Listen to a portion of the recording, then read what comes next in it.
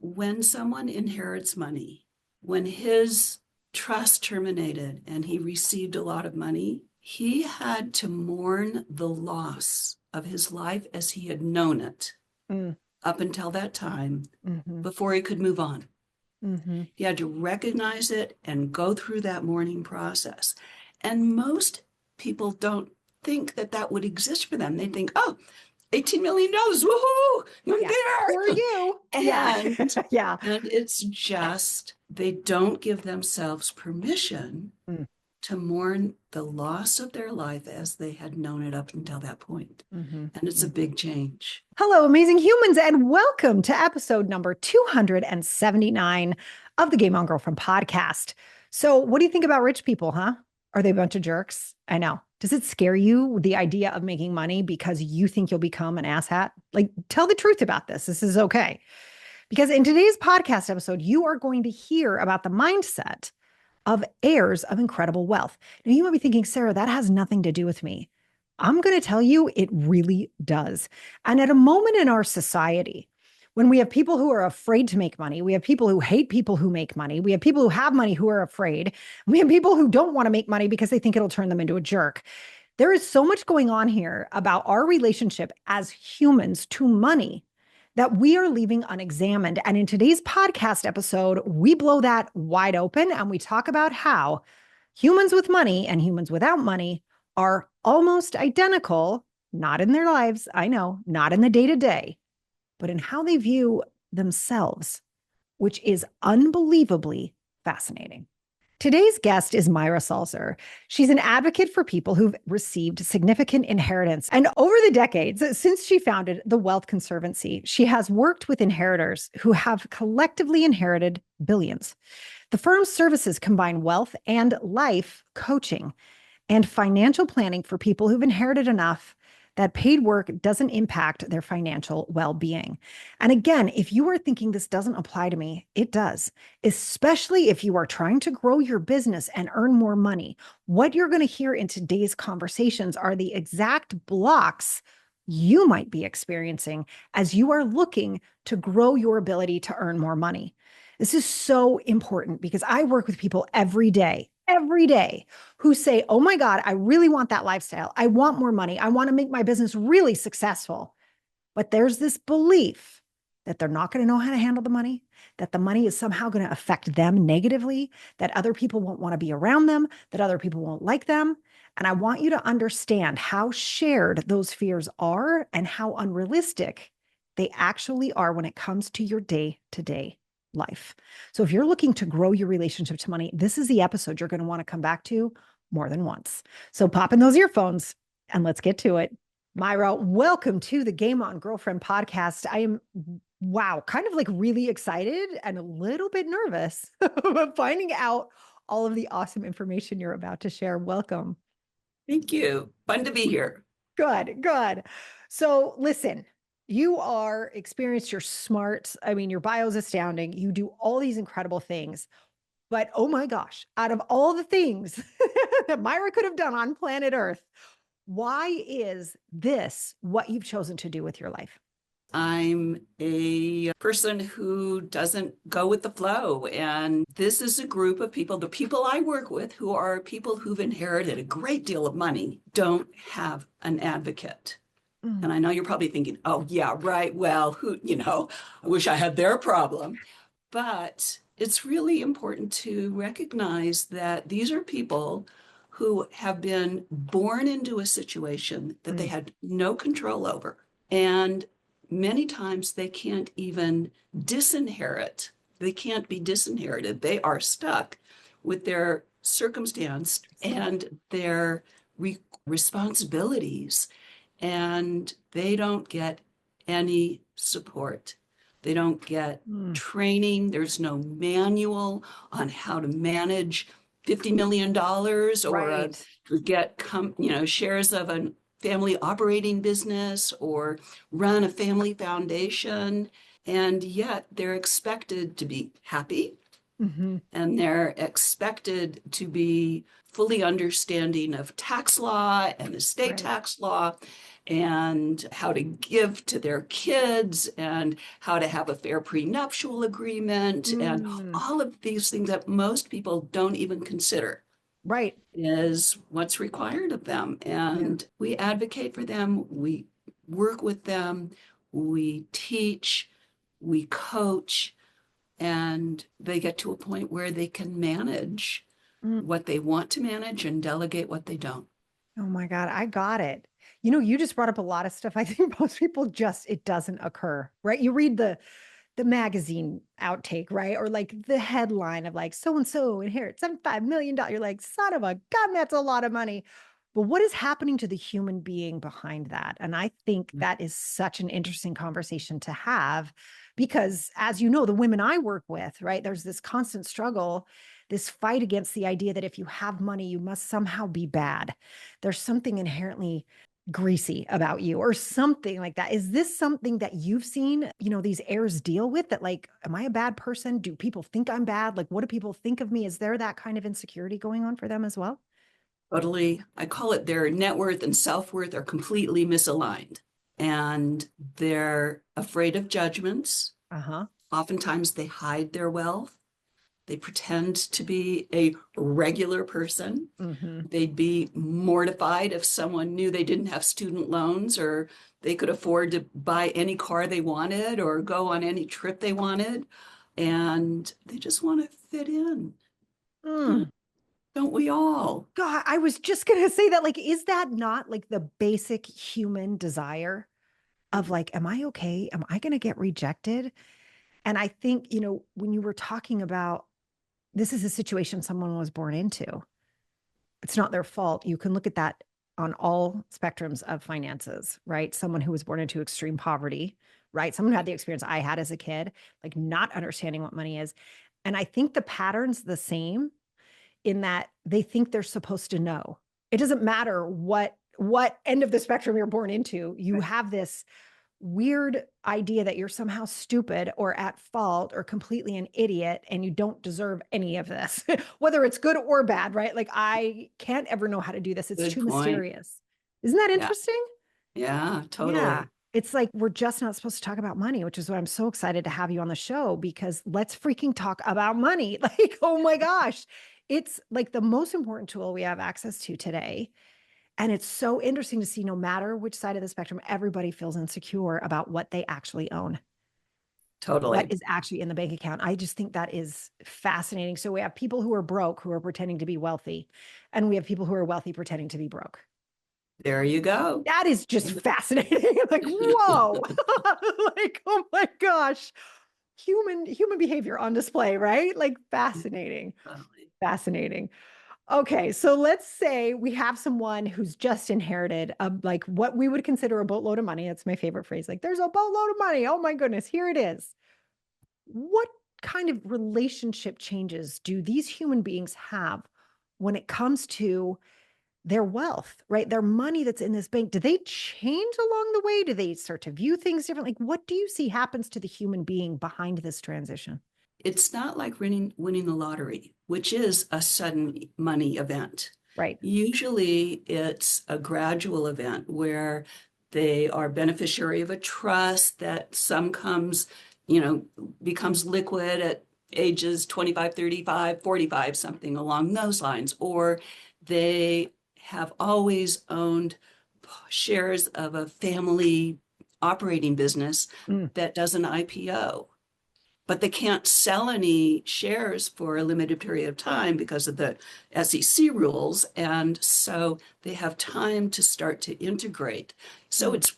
it's usually not a sudden money event. However, there's often a sudden money event that they could have prepared for and didn't. Oh, interesting.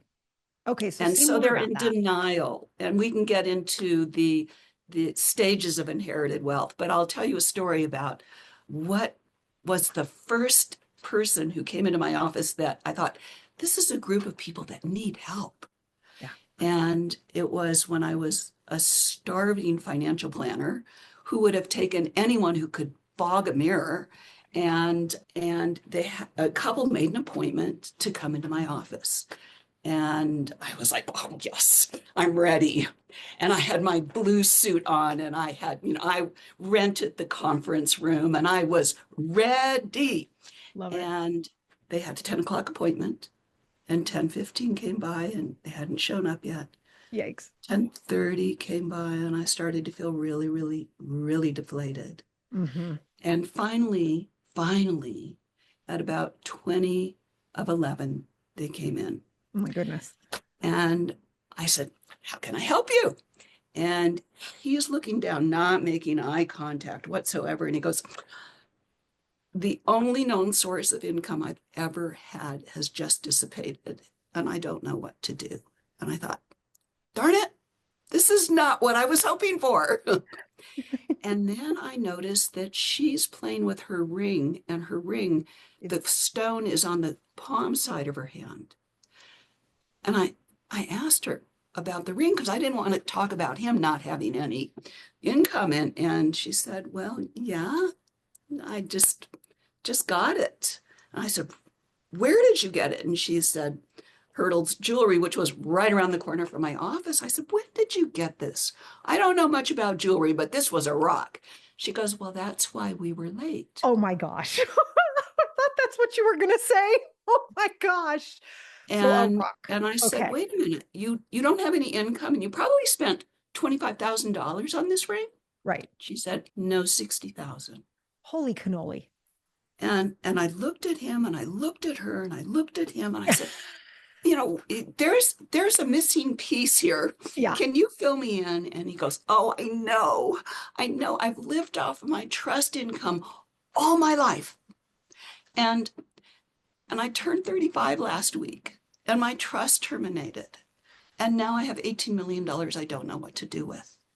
He was so clear that what he was an income stream from a trust. And now everything changed. Wow. And he was ill prepared. Mm-hmm. And then she burst into tears.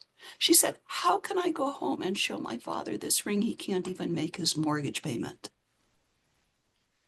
Wow. And I thought, ooh, there are some things that go hand in hand with inherited wealth that they didn't teach us at the College for Financial Planning. Seriously, right? Oh my gosh. Wow.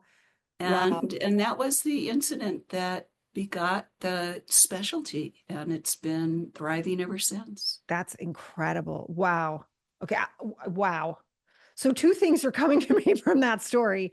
One is the amount of money doesn't matter. It's whether or not you feel comfortable managing it, right? And you feel like you're smart enough to manage it. The amount of money doesn't matter. It's the impact it has on your life. So it could be $100 to a homeless person. That's right. Or $1,000 to a recent high school graduate. Right. If it impacts their standard of living, it's a lot. Wow.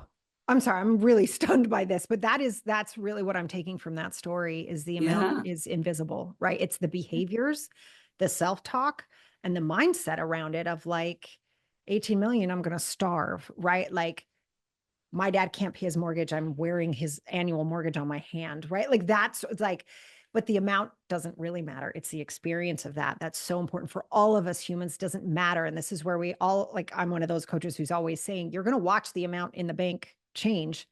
You're still the same person. You're just going to have to learn how to deal with it. That's all that changes, right? It doesn't change you, right? That's it. There you go.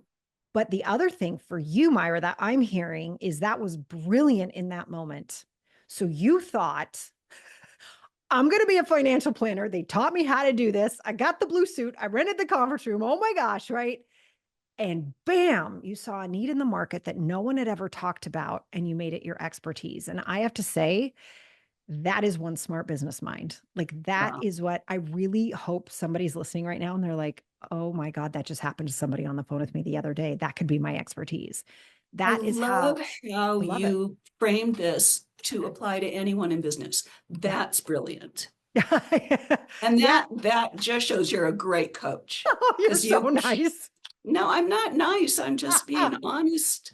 Yeah. But but is that not what you did though? Like that, I think that is, God, no wonder you're excelling, because when we see something like that, we see somebody who needs a problem solved we help them solve the problem. And if you can do that well, you'll always be great in business. And I think you really just highlighted that.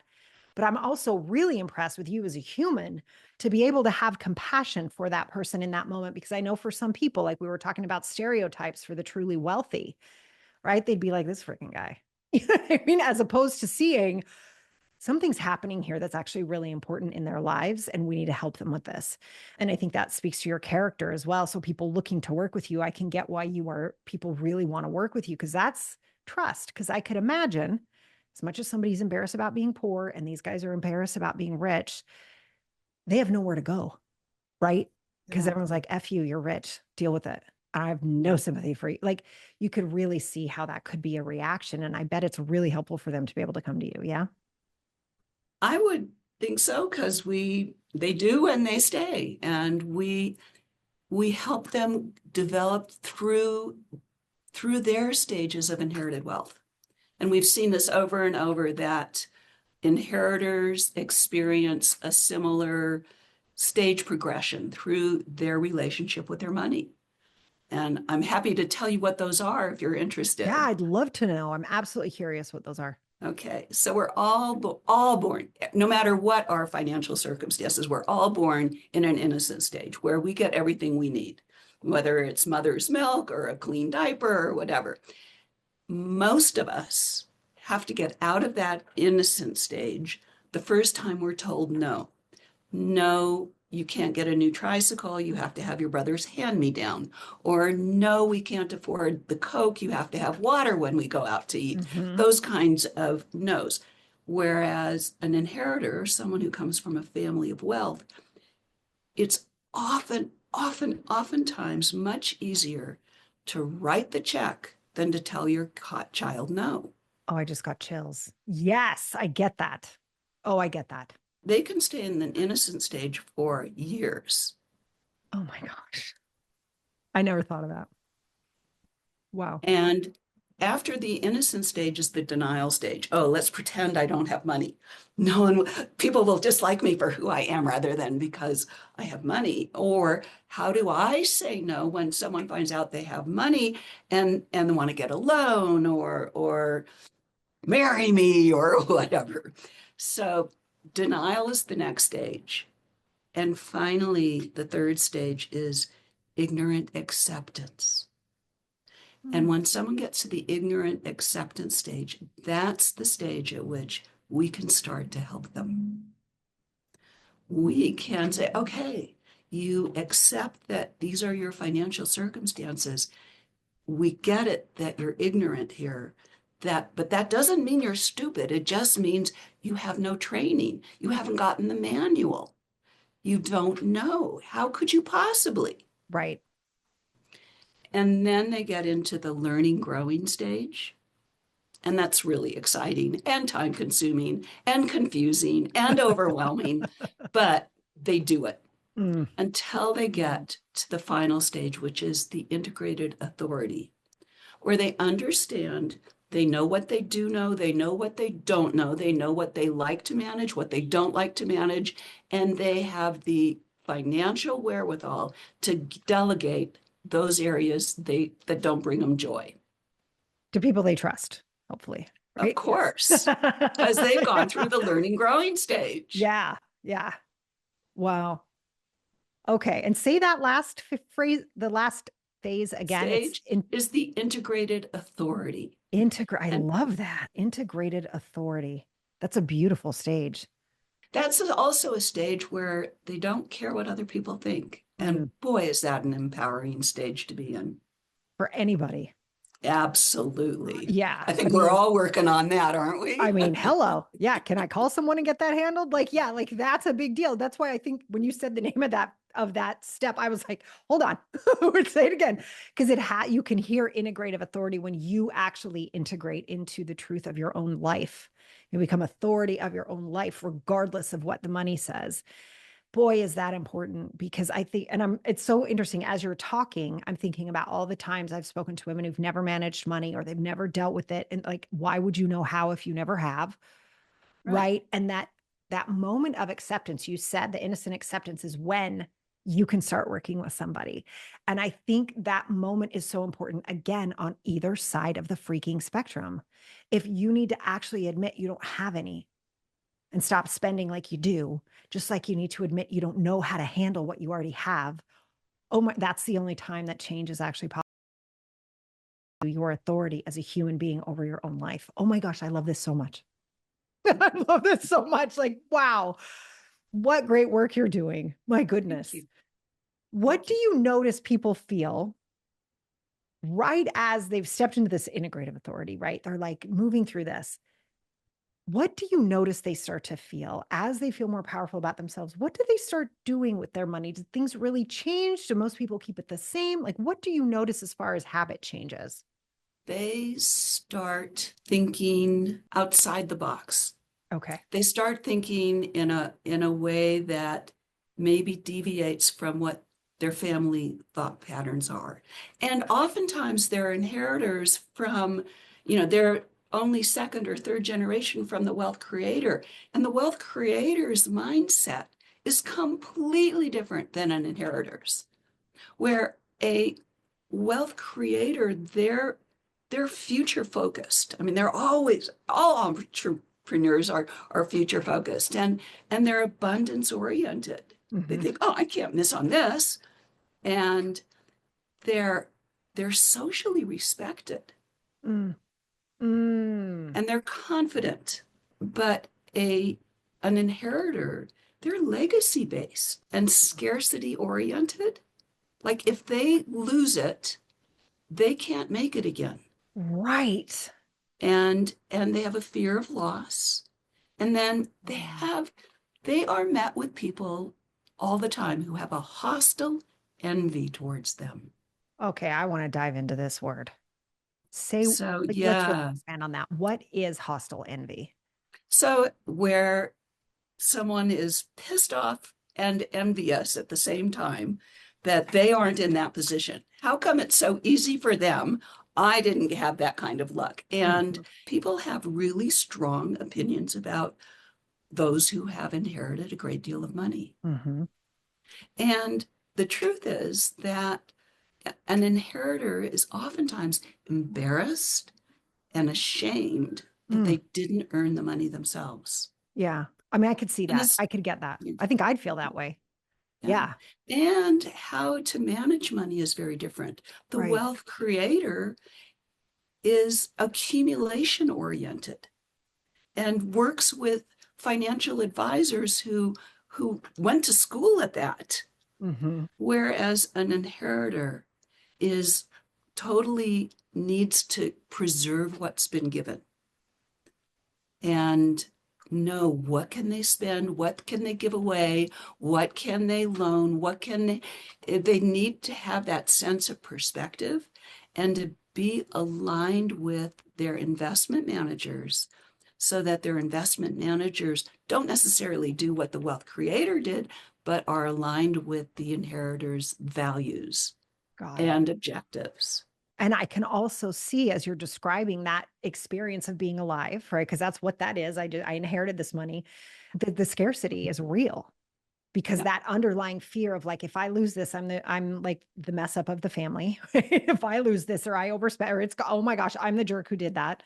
So I could absolutely see that fear seeping in, but then also the scarcity mindset of like, I don't know how to create it.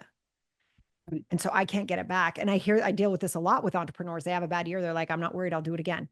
Right. I always Exactly. point to Taylor Swift, right? Where she got bombed at the Grammys right before she started hitting really big. She's like, I just got to make a better album. I'll do it again. Right. That there's that tenacity to then get up and do it again. And they didn't have to do that. Right. So it's this fear of like, could I? I don't know. I didn't have to. I don't know.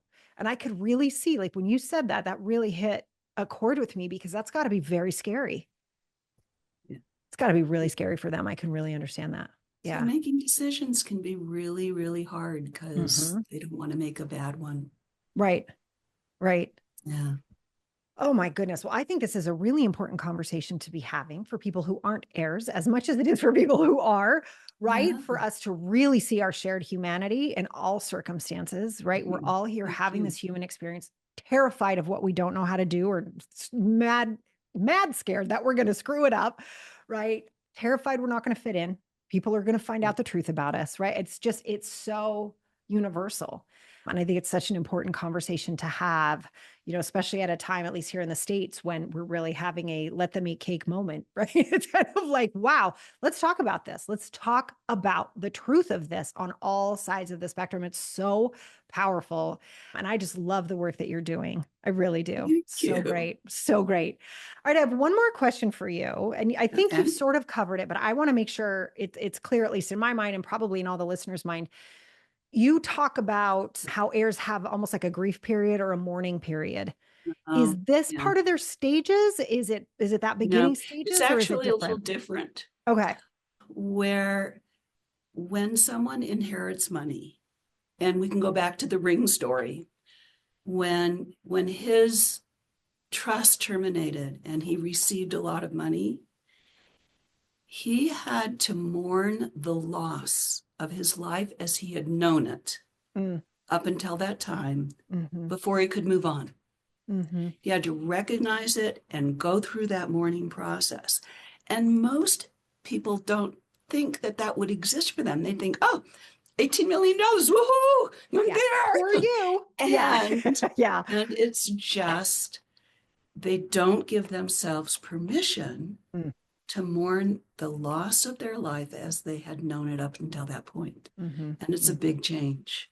And yeah, and I would assume they even feel guilty for mourning that loss, right? Yeah. It's like, oh, Yeah. and I Right. think, yeah, There's but I not much support for that. Yeah, I was gonna say, think that's another universal one, right? Like we're not allowed, like, I so many of my clients, if they end up getting divorced, right? They're like, but I'm so happy to be divorced. Why do I feel sad? It's like you're still mourning a change in your life, Yeah, right? Like exactly. that's still a mourning. And I've also seen it with people who their businesses explode and take off. They mourn what it was like before, even though they're happy, they mourn what it was like before. And I think that's again, back to the universal human experience. I think that's very normal. And it's so great that you're pausing people to go, hold on, you have a right in your life, wherever you are, right? I always think of Oprah talking about coming back from Africa, building schools. She's like, yeah, I'm getting 2 kitchens redesigned or whatever she is. She's like, it's still my life at this, wherever my life is, I have the right to say, this part is making me sad. This part's really hard for me. I'm really grateful for this. And this part's really hard. And I think everybody needs to recognize we're all going to go through that at some point. Like, I don't have the right to be sad. I'm white. I'm pretty much well. Yes, that's true. And you still have stuff you've got to deal with, or you're going to go out there and be a jackwagon, right? Like we got to deal with this stuff and That's actually another process thing it. I wanted when you said Yeah. jackwagon. Inheritors have real amplified personalities. hmm In other words, the money enables them to really amplify what's basically there. If they tend to be a philanthropist, they can be a great philanthropist. Right. If they tend to be an entrepreneur, they can be a great entrepreneur. And if they tend to be hypochondriacs, they can be great hypochondriacs. I mean, Right. they can indulge. And so you get real amplified personalities and real amplified skills. We worked with 3 Olympiads, had a gift. hmm They loved it.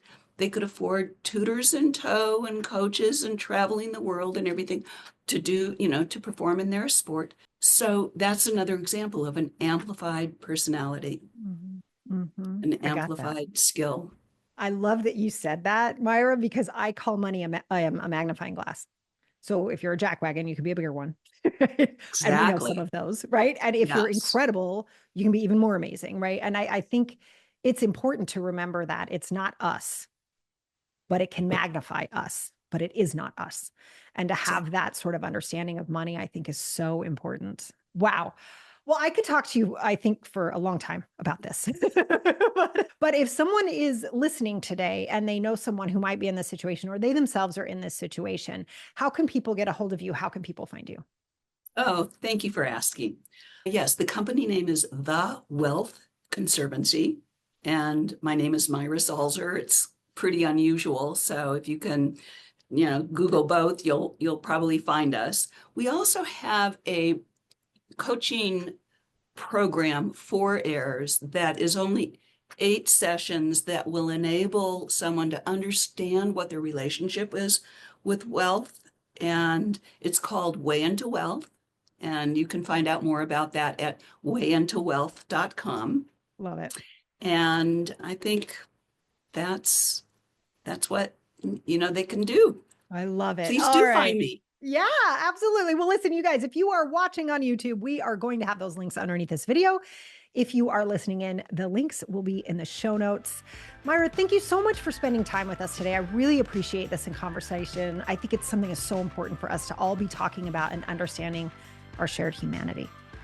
Thank you. This was really fun. I appreciate it.